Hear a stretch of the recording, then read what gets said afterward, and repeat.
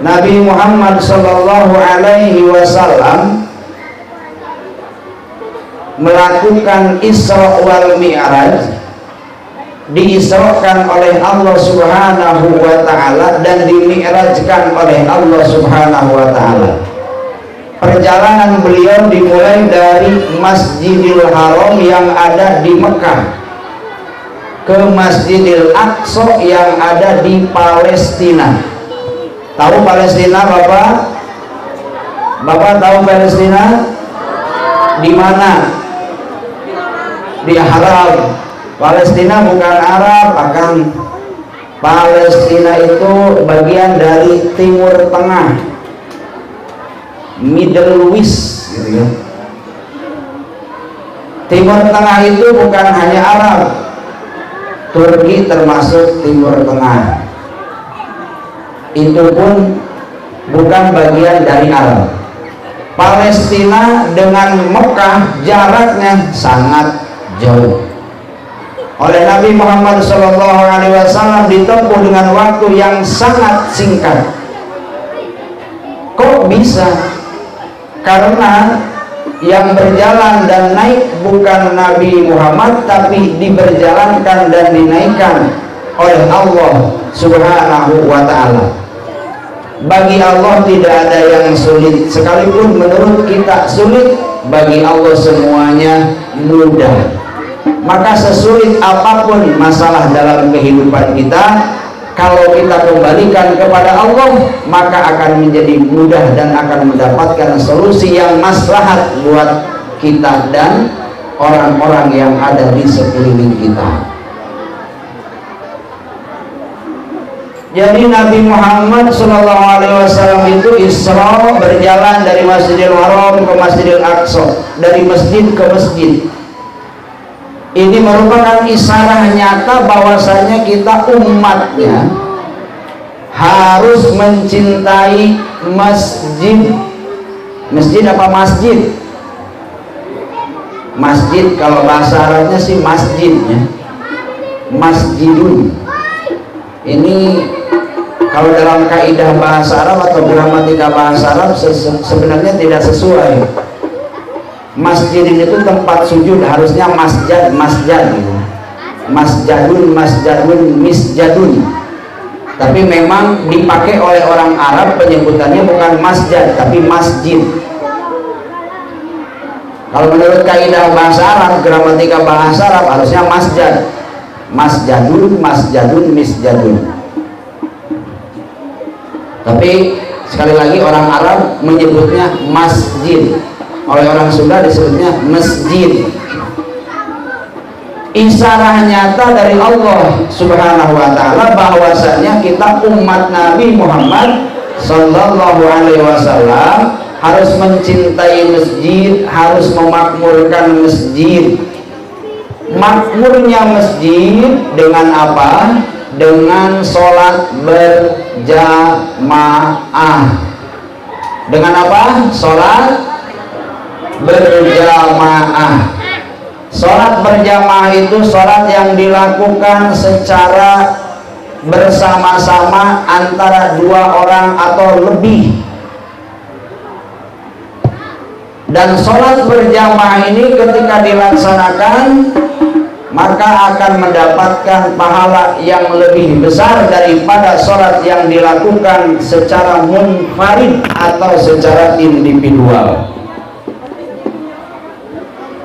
Rasulullah Shallallahu Alaihi Wasallam bersabda, sholatul jamaati afdhalu min sholatil fardhi bisab'in wa isrina darajatan.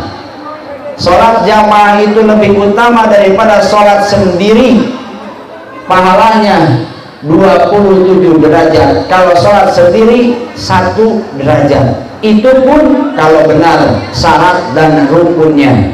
Kalau tidak benar tidak dapat pahala sama sekali. Manfaat yang lainnya ketika kita sholat berjamaah di masjid, menurut sebagian para ulama, maka akan meningkatkan kekhusyuan di dalam sholat. Coba kalau tidak percaya, bapak-bapak buktikan sendiri nanti habis ini sholat berjamaah. Ada sholat lagi nggak kira-kira? nggak ada. Ada nanti subuh. Sholat subuh berjamaah. Bedakan rasanya antara sholat sendiri di rumah dengan sholat berjamaah di masjid. Tingkat kekhusyuannya akan beda karena kita dibimbing oleh imam. Sekalipun kita lupa karena ada imam, lupanya nggak akan jadi karena imamnya tidak lupa, kecuali kalau imamnya lupa sholat subuh jadi 3 rakaat, otomatis jamaahnya pun akan ikut lupa. Mulai kapan sholat subuh 3 rakaat kata jamaah? Ternyata imamnya lupa. Kalau lupa diampuni oleh Allah Subhanahu wa taala, tinggal sujud sahwi saja. Kemudian manfaat yang lainnya, sholat berjamaah ini akan mempersempit godaan setan ketika kita sholat. Biasanya kalau sholat yang tadinya kita tidak ingat apa-apa di luar sholat, masuk ke dalam sholat semuanya ingat.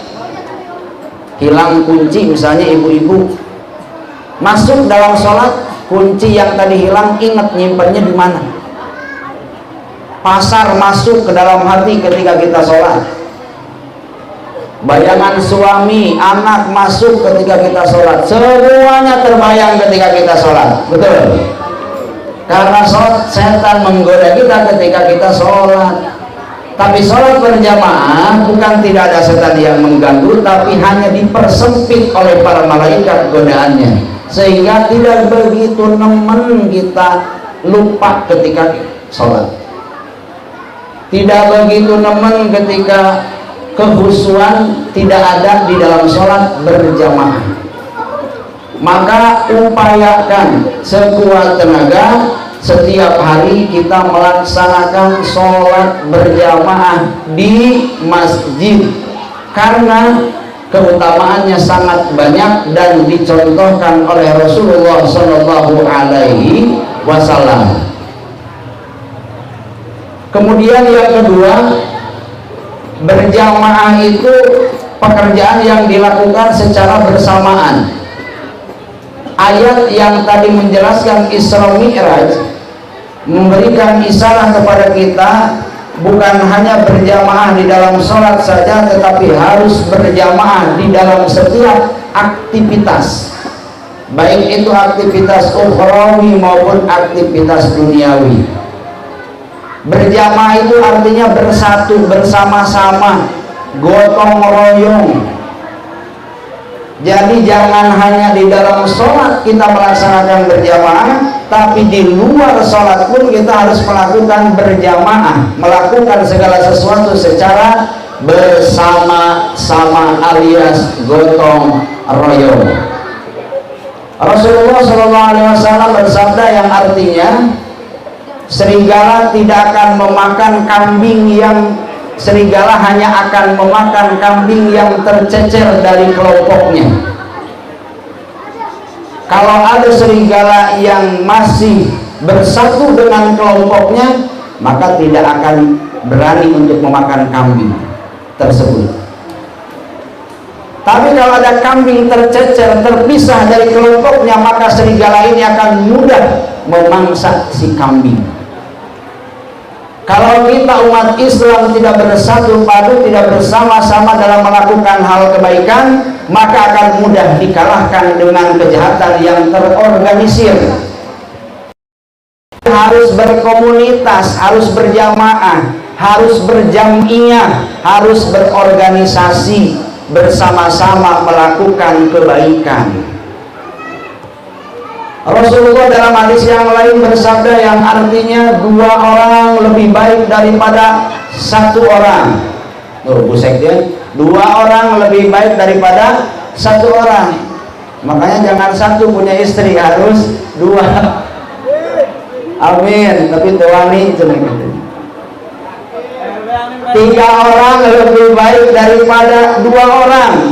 Kalau udah punya 2, tambah lagi jadi 3. Pak RW berani nggak Pak RW? Oh malah ketawa Pak RW. Cita-cita yang tersimpan, mudah-mudahan habis Isra Mi'raj terlaksana. Amin. Bu RW nya marah-marah, Bu dari Isra Miraj. Bercanda Bu RW, jangan diaminin, jangan. 4 orang lebih baik daripada 3 orang. Tidaklah Allah menyatukan umatku, kata Rasul, kecuali akan mendapatkan hidayah dari Allah Subhanahu wa ta'ala. Kalau kita eksklusif, tidak mau bersatu, tidak mau bergaul, tidak mau berkomunitas, tidak mau berorganisasi, maka Allah akan membiarkan kita dalam kesesatan. Tapi kalau kita mau bergaul, bersatu bersama, gotong royong, berjamiah, berorganisasi, Allah akan memberikan hidayah kepada kita. Amin. Kenapa demikian? Karena ketika kita bersama-sama, kalau melakukan kesalahan, ada yang ngingetin. Pak RW dulu zaman muda belum punya istri, kalau udah bangor terus. Tapi sekarang nggak bisa diingetin sama istri, bangor sedikit dicubit, kan gitu. Lagi kondangan lihat cewek cantik ngongok, dicubit sama istrinya, kan, akhirnya nggak jadi maksiatnya. Kalau kita sendiri kebablasan, tidak ada yang ngingetin, maka harus berjamiah, harus berkelompok, harus berorganisasi, harus bersama-sama dalam satu komunitas. Bapak ibu kalau tidak berkelompok, maka tidak akan berkembang biak. Betul? Masih ya punya anak gak punya bapak? Ada nggak kira-kira? Ada katanya, banyak. Maksudnya tidak mungkin ada perempuan belum disentuh oleh laki-laki baik halal maupun haram, ujung-ujung punya orok, gak mungkin. Kecuali Siti Maryam, ibunya Nabi Isa. Kalau itu beda lagi, anugerah dari Allah karena beliau seorang waliullah dari kalangan perempuan. Ada juga yang tidak punya bapak, tidak punya ibu, tapi ada siapa? Nabi Adam alaihis salam. Itu juga anugerah dari Allah Subhanahu wa ta'ala. Zaman sekarang jangan percaya ketika ada perempuan mengaku tidak pernah disentuh oleh laki-laki, ujung-ujung hamil, kemudian borojol, orok, punya anak. Tidak mungkin, tidak mungkin, pasti ada yang nyentuh. Artinya ketika kita tidak bersama-sama, ya tidak akan berkembang biak.